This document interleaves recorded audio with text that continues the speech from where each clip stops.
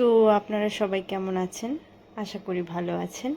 আর আমি ভালো আছি, আমরা ভালো আছি। আর আজকে এটা করেছিলাম আলু মাখা। আর আলু মাখা নর্মালি তো কীভাবে করে, আলু সিদ্ধ করে ওই ম্যাশ করে একটু শুকনো লঙ্কা ভেজে নিয়েছিলাম, একটু সর্ষের তেল এই দিয়ে।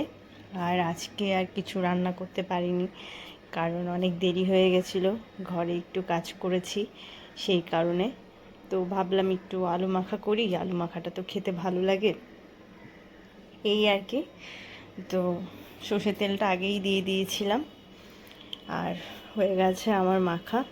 আর মানে কি বলবো, গরম ভাতের সাথে আলু মাখা আর ডাল হলে তো আর কোনো কথাই হয় না, কিন্তু আমি ডাল করিনি।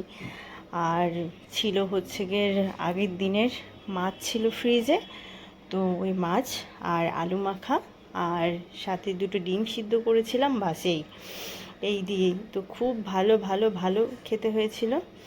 আর সবাই খুব ভালো থাকবেন, সুন্দর থাকবেন, সুস্থ থাকবেন। আর ভিডিওটা ভালো লাগলে একটু লাইক কমেন্ট শেয়ার করবেন। আর সবাইকে থ্যাংক ইউ, টাটা।